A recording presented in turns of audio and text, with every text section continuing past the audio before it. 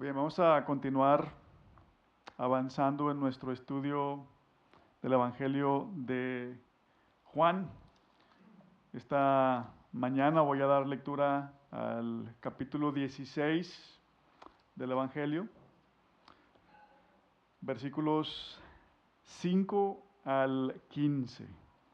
Evangelio de Juan, capítulo 16, versículos 5 al 15. Escuchen lo que nos dice Dios. Literalmente son las palabras de Jesucristo.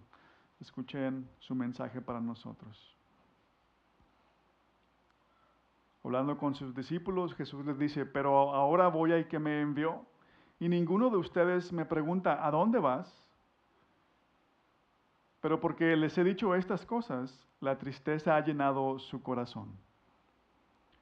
Pero yo les digo la verdad, les conviene que yo me vaya, porque si no me voy, el Consolador no vendrá a ustedes. Pero si me voy, se lo enviaré. Y cuando Él venga, convencerá al mundo de pecado, de justicia y de juicio. De pecado porque no creen en mí.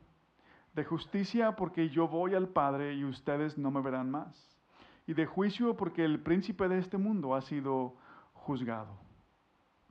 Aún tengo muchas cosas que decirles, pero ahora no las pueden soportar. Pero cuando Él, el Espíritu de verdad, venga, los guiará a toda la verdad. Porque no hablará por su propia cuenta, sino que hablará todo lo que oiga y les hará saber lo que habrá de venir. Él me glorificará porque tomará de lo mío y se lo hará saber a ustedes. Todo lo que tiene el Padre es mío. Por eso dije que Él toma de lo mío y se lo hará saber a ustedes.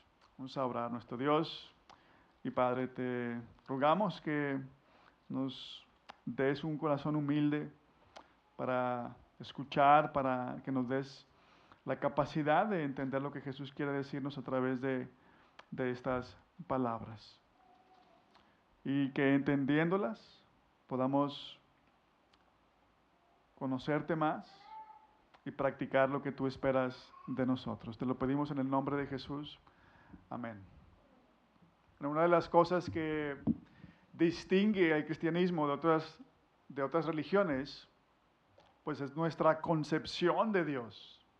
Los cristianos decimos que Dios es un Dios que existe en tres personas. Esas tres personas son el Padre, el Hijo y el Espíritu Santo. No son tres dioses, sino tres personas. Ahora, ¿cómo está esto? Bueno, sí, es una doctrina difícil de entender.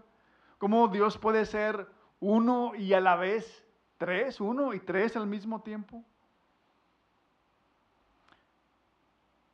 Y para su desgracia, no voy a explicar esta doctrina esta mañana, porque el pasaje no habla de ello.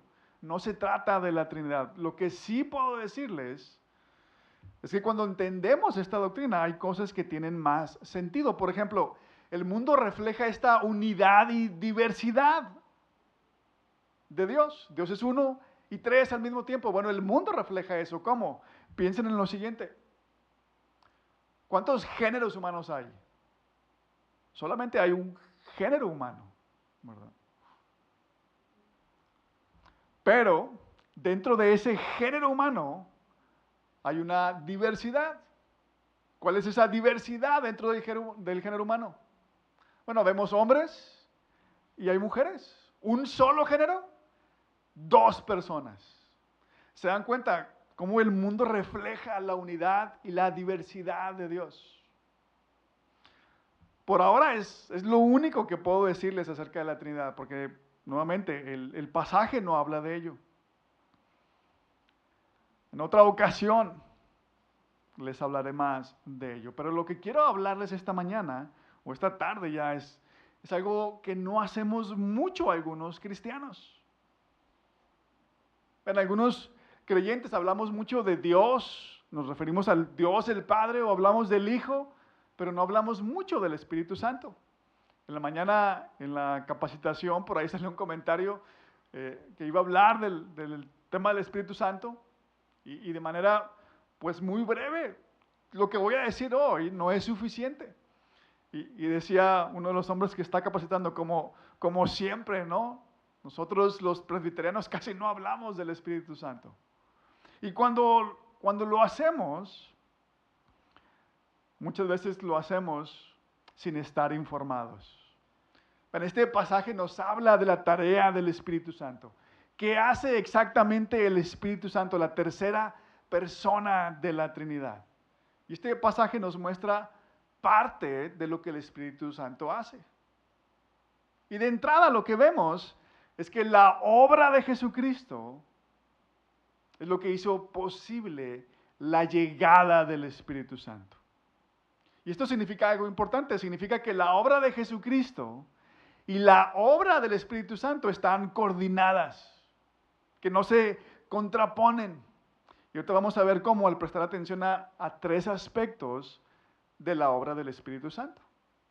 El primer aspecto es la obra, vamos a llamarle así, la obra general del Espíritu Santo. Luego, en segundo lugar, vamos a hablar de la obra del Espíritu Santo en los creyentes. Y en tercer lugar, de la obra del Espíritu Santo en el mundo. En los que no creen, en los que no han creído todavía. Así que ahí están las tres ideas que vamos a abordar esta mañana. La obra del Espíritu Santo en general, su obra en los creyentes y su obra en el mundo. Vamos a comenzar con la primera idea entonces. Esta es la más breve de las tres. En lo que sea que el Espíritu Santo hace, no estorba ni contradice lo que Jesucristo hizo o enseñó. Al contrario, Jesús dice que el Espíritu Santo lo va a glorificar a Él. Vean el versículo 14.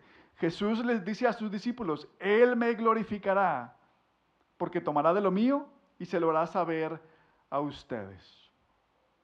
En alguna ocasión hablaba de lo que significa la palabra, esta idea de glorificar. La palabra griega para gloria es la palabra doxa. Pero la idea de glorificar no surgió en el tiempo de Jesús. No surgió en el tiempo del Nuevo Testamento, de los discípulos de Jesús. Es una idea que ya existía desde hace mucho. Desde el Antiguo Testamento para los hebreos. Los hebreos de hecho usaban otra palabra que significaba lo mismo, gloria, la palabra kabod. Pero esta palabra, fíjense, significa, en lugar de traducir literalmente gloria, para ellos significaba algo fuerte, algo pesado, algo muy significativo. Entonces, podemos decir que glorificar, escuchen, significa reconocer lo significante, o lo grande, o lo fuerte, o lo pesado que es algo. Cuando decimos que algo es insignificante, ¿qué estamos diciendo? Que no tiene importancia, que no importa. Bueno, glorificar es lo opuesto. Es algo muy importante. En este caso, lo que hace el Espíritu Santo es comunicar lo significativo, lo grande, lo importante, lo pesado que es Jesucristo. A veces hablamos de alguien de que, no, hombre, este tiene amigos bien pesados. ¿A qué nos referimos? A gente que tiene poder, a gente que tiene influencia. Bueno, lo que el Espíritu Santo hace es comunicarnos lo grande, lo fuerte, lo pesado que es Jesús. Esa es la tarea del Espíritu Santo. Esa es la obra general del Espíritu Santo. Ahora, esta es la obra general del Espíritu Santo. ¿Cómo lo hace?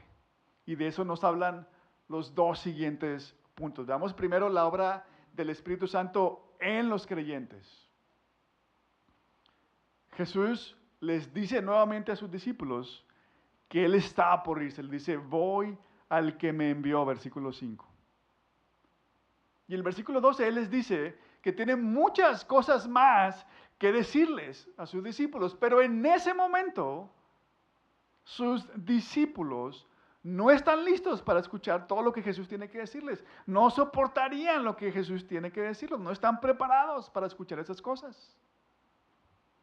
Y aquí es donde entra la primera parte de cómo el Espíritu Santo glorifica a Jesús. Vean el versículo 13.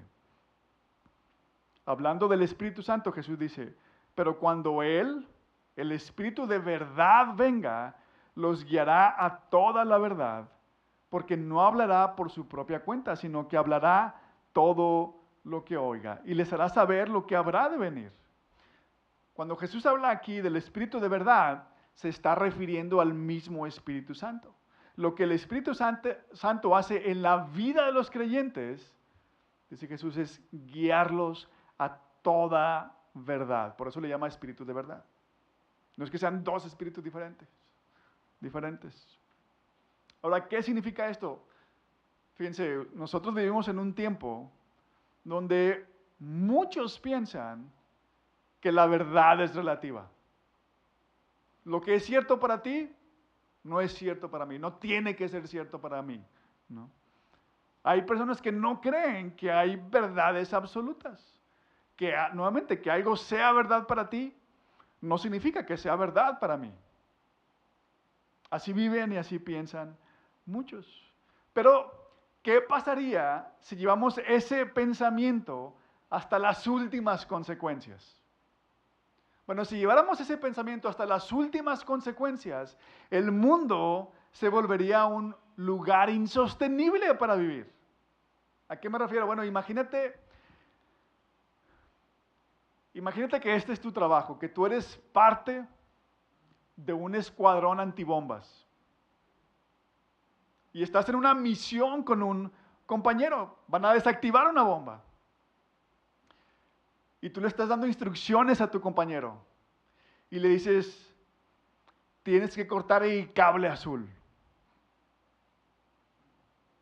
¿Qué harías si tu compañero te dice, bueno, para mí y es un cable verde, para mí siempre ha sido el azul. No el que tú dices que es el azul. Ahora, tu compañero no es daltónico. Tu compañero simplemente es alguien que cree que todo es relativo. Para ti ese es azul, qué bueno, para mí no. ¿Qué harías? Sales corriendo de ahí, ¿no? ¿Por qué? Ahora, tal vez la ilustración sea ridícula, una exageración. Pero saben, alguna vez alguien me dijo, aunque tú creas que esto es azul, tal vez para alguien no es azul, ¿no? Bueno, aplica eso a un escuadrón antibombas y ¿qué pasaría? Volarías en pedazos. Eso es lo que hace el relativismo, fíjense. El relativismo termina destruyéndonos y eso hace también con los valores morales y con los asuntos espirituales. Creer que lo que es bueno moralmente para algunos no necesariamente es bueno para otros o no es bueno para otros, nos está destruyendo. Creer que mientras las personas tengan una vida espiritual, crean en un ser superior, no importa quién sea ese ser, mientras crean en una vida espiritual, tengan una vida espiritual, están bien. Bueno, ese es el relativismo aplicado a la vida espiritual y nos va a destruir, nos destruye espiritualmente. Justo aquí es donde el Espíritu Santo obra más específicamente en el creyente. Pero hay personas que llegan a convencerse de que sí hay verdades absolutas, pero no saben cuáles son esas verdades o de dónde vienen esas verdades. No, si tiene que haber el bien y tiene que haber el mal. Tiene que haber un estándar absoluto, pero no saben cuál o de dónde viene ese estándar.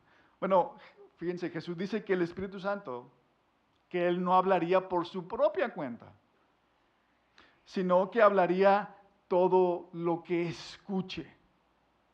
Dijo que iba a tomar de lo suyo y se los haría saber a ellos, a sus discípulos.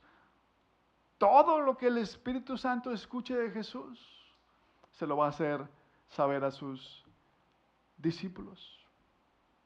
Entonces, vean, lo primero que hace el Espíritu Santo es confirmar quién es Jesucristo. Estamos en el capítulo 16, 2 capítulos atrás. En el capítulo 14, Jesús les dice a sus discípulos que Él ya se va, que va a prepararles un lugar. Y les dice, ustedes ya conocen el camino. Y Tomás, uno de los 12 discípulos, le dice a Jesús, Señor, si no sabemos a dónde vas, ¿cómo vamos a conocer el camino? Juan 14, versículo 5. Y vean lo que Jesús le responde. Yo soy el camino, la verdad y la vida.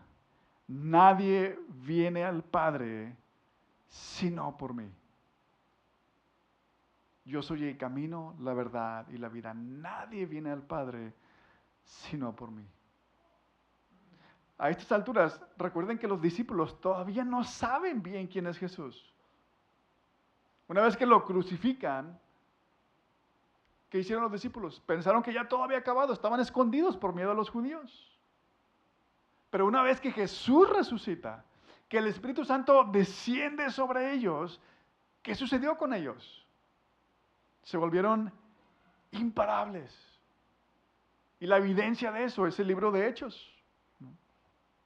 De hecho, hay información extrabíblica acerca de lo que hicieron, lo que les pasó a los discípulos. Nada más si vamos a ver el libro de Hechos, nos vamos a dar cuenta que los discípulos de Jesús fueron perseguidos, fueron azotados, fueron encarcelados.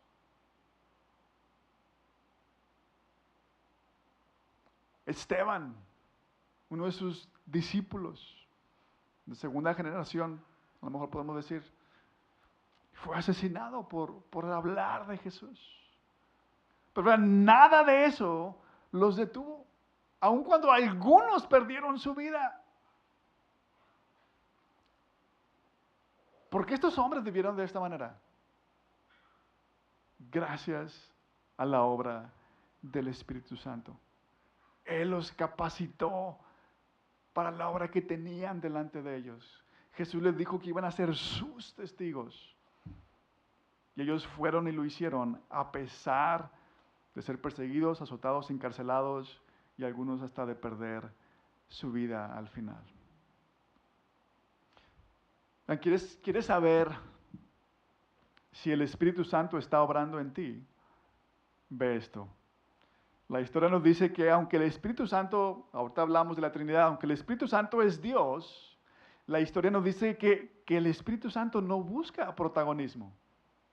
Este pasaje y el capítulo anterior, el versículo 26, dice que el Espíritu Santo procede del Padre y del Hijo. Aquí leímos que el Espíritu Santo viene a glorificar a Jesús.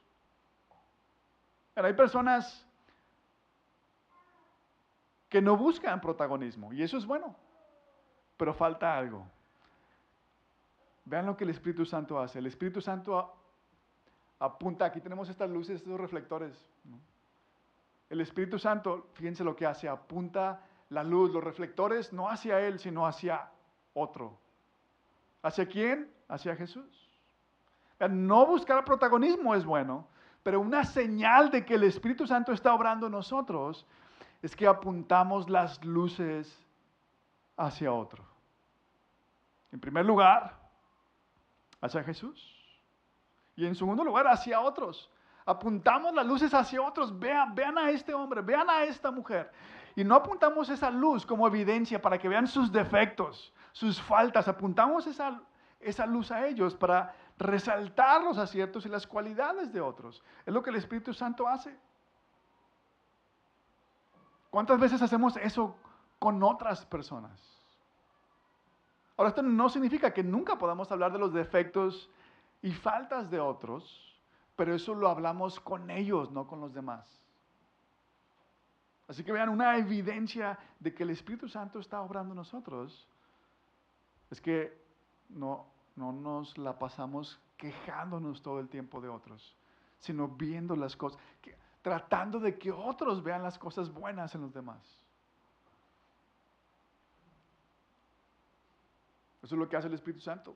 Revelarnos la verdad, quién es Jesús, que no hay otro camino a Dios, y hacer esto nosotros, hacernos nosotros mismos como a un lado para que la gente vea a otros. ¿Qué hace el Espíritu Santo ahora en el mundo. Eso hacen nosotros los creyentes. ¿Qué hacen en el mundo? Vean el versículo 8. Y cuando Él venga, convencerá al mundo de pecado, de justicia y de juicio. Cuando el Espíritu Santo venga, va a convencer al mundo de estas tres cosas: pecado, justicia y juicio. Los versículos 9 al 11 son la explicación de cómo el Espíritu Santo va a convencer al mundo de pecado, de justicia y de juicio. Así que, siguiendo el orden del versículo 8, veamos cómo el Espíritu Santo va a convencer al mundo de pecado. ¿Cómo lo hace? Versículo 9, la respuesta. De pecado porque no creen en mí. El Espíritu Santo va a convencer al mundo de pecado porque no creen en mí, dice Jesús. ¿Cuál fue el pecado del mundo? Al inicio del Evangelio, en el primer capítulo del Evangelio, el apóstol Juan, hablando de Jesucristo, dice lo siguiente, versículos 9 y 10. Existía la luz verdadera que al venir al mundo alumbra a todo hombre. Él estaba en el mundo y el mundo fue hecho por medio de él y el mundo no lo conoció. ¿Qué hizo el mundo con Jesús? Lo despreció. El que hizo el mundo vino al mundo y el mundo no lo conoció, lo despreció. Y vean, el mundo despreció a Jesús a pesar de todo lo que Él hizo por el mundo. ¿Qué hizo? Échenles un vistazo a los evangelios. Jesús nos enseña cómo acercarnos a Dios. Y Él dice que no es a través de sacrificios, que no es a través de ritos, sino a través de una relación de amistad y de amor. Los sacrificios, los ritos son una forma de negociar. Mira lo que yo hago por ti. ¿Qué vas a hacer tú por mí? Me levanto todos los domingos temprano para ir a la iglesia. ¿Qué vas a hacer tú por mí, Dios? Hago mi esfuerzo para ir al estudio bíblico. ¿Qué vas a hacer tú por mí, Dios? Mira cuánto te doy de ofrenda. ¿Qué vas a hacer tú por mí, Dios? Sacrificios y ritos son una forma de negociar. Pero en una relación de amor y amistad, ¿qué sucede? Das sin esperar nada a cambio. Y eso nos enseña Jesús. Jesús se la pasó haciéndole el bien a todos. Mostró compasión incluso, escuchen, incluso a sus enemigos. Por medio de su enseñanza, por medio de sus milagros, nos demostró que Él era Dios. Pero ¿qué hizo el mundo con Él? Lo condenó, lo despreció. Esto es lo que los discípulos enseñaron después. Esto es lo que los discípulos le iban y le decían al mundo. Ustedes son malos. Vean lo que hicieron con Dios mismo, con el Hijo de Dios. Y cuando los discípulos hicieron esto, muchos se convencieron de su pecado y se arrepintieron. Por ejemplo, un montón de judíos, después de escuchar a Pedro predicar esto, le dice, bueno, y hermanos, entonces, ¿qué podemos hacer? Y Pedro le dice, arrepiéntanse y crean en el nombre de Jesús y bautícense. Así es como el Espíritu Santo convence al mundo de pecado.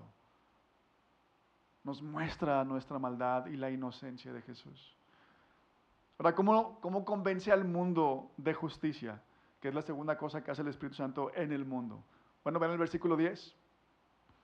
De justicia, porque yo voy al Padre y ustedes no me verán más.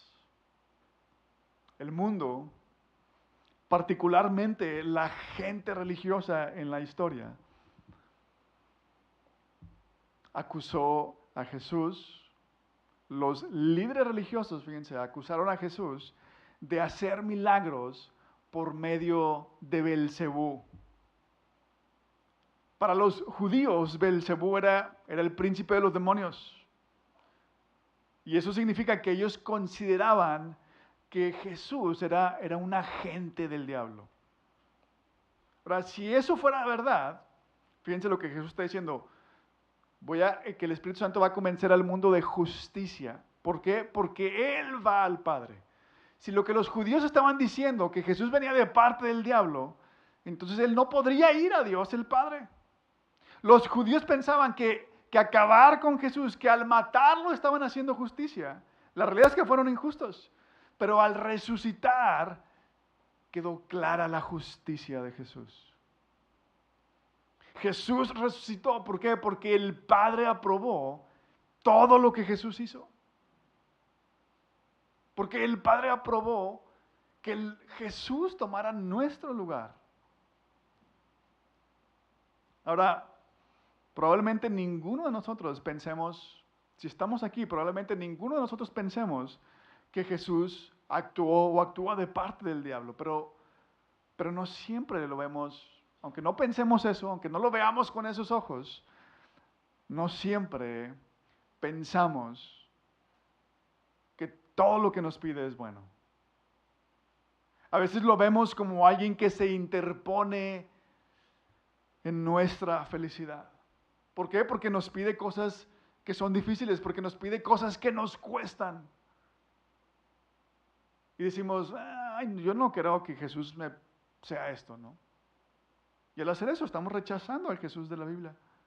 Pero escuchen, lo que Jesús nos pide, aunque sea difícil, aunque nos cueste, eso no significa que Él es malo. Lo que significa es que Él sabe lo que es bueno para nosotros. ¿Cómo podemos estar seguros de ellos? Si lo que me pide es difícil, me cuesta, ¿cómo puedo estar seguro que lo que me pide es bueno? Porque Jesús fue y murió en nuestro lugar, en una cruz, para perdonarnos. Si Él hizo esto por mí, entonces la única opción lógica que me queda es que esto que me está pidiendo, aunque me cuesta, debe ser bueno para mí. ¿Cuántos de ustedes se vacunaron con la pandemia? Levanten la mano. ¿Por qué se vacunaron? ¿No les dolió? ¿Por qué se vacunaron? Porque pensaron que era bueno para ustedes. Porque eso les iba a salvar la vida. A veces lo que Jesús nos pide hacer nos cuesta. Pero Él lo hace porque es bueno, porque dio y nos lo mostró dando su vida por nosotros. Por último, ¿cómo convence el Espíritu Santo al mundo de juicio? Vean el versículo 11. Y de juicio porque el príncipe de este mundo ha sido juzgado. En este caso, Jesús hace algo interesante. Jesús habla de algo que ya sucedió, como si ya sucedió en el pasado. Porque el príncipe de este mundo ha sido juzgado. Ya en el pasado. Jesús habla en tiempo pasado de algo que tiene un efecto en el presente. Porque el príncipe de este mundo ya fue juzgado.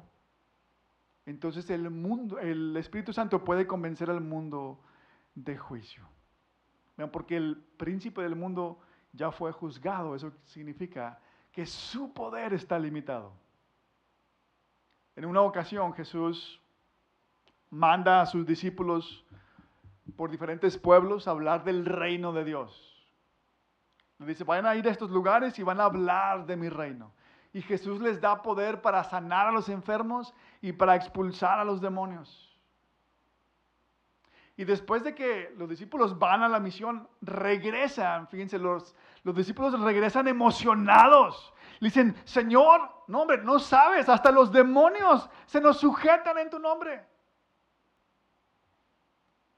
Pero Jesús les responde en Lucas 10, versículo 8, yo veía a Satanás caer del cielo como un rayo.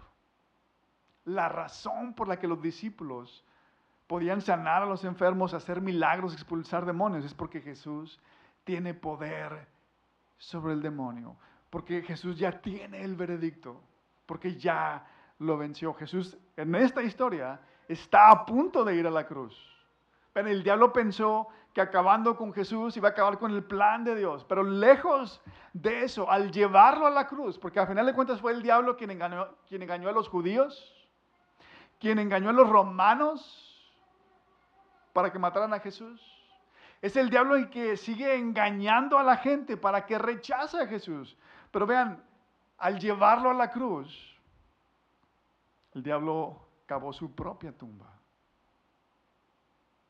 Porque así nos trajo salvación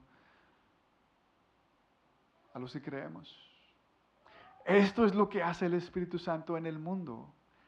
Y por eso, algunos podemos responder con fe y arrepentimiento. Porque en algún momento nosotros éramos parte de este mundo. ¿Por qué creímos? ¿Porque éramos inteligentes? ¿Porque éramos buenos? No. Creímos por la obra del Espíritu Santo. Vamos a orar. Nuestro Dios y Padre, Señor Jesucristo, te damos gracias por haber enviado al Espíritu Santo a obrar en el mundo, a mostrar el pecado, a mostrar la justicia y el juicio. Y te damos gracias también porque de manera particular, gracias a la obra del Espíritu Santo, algunos de los que estábamos entre el mundo, tú nos abriste los ojos y pudimos ver nuestra maldad. Pudimos entender que merecíamos ser condenados. Pero gracias a la obra de tu Hijo Jesús, gracias a que Él se ofreció a pagar la condena en nuestro lugar, ya no hay condenación ahora para los que estamos en Cristo Jesús. Ahora, Espíritu Santo, ayúdanos a responder con fe, confiando en las palabras, en los mandamientos de Jesucristo. Danos la fuerza para ser obedientes. Te lo pedimos en el nombre de Jesús. Amén.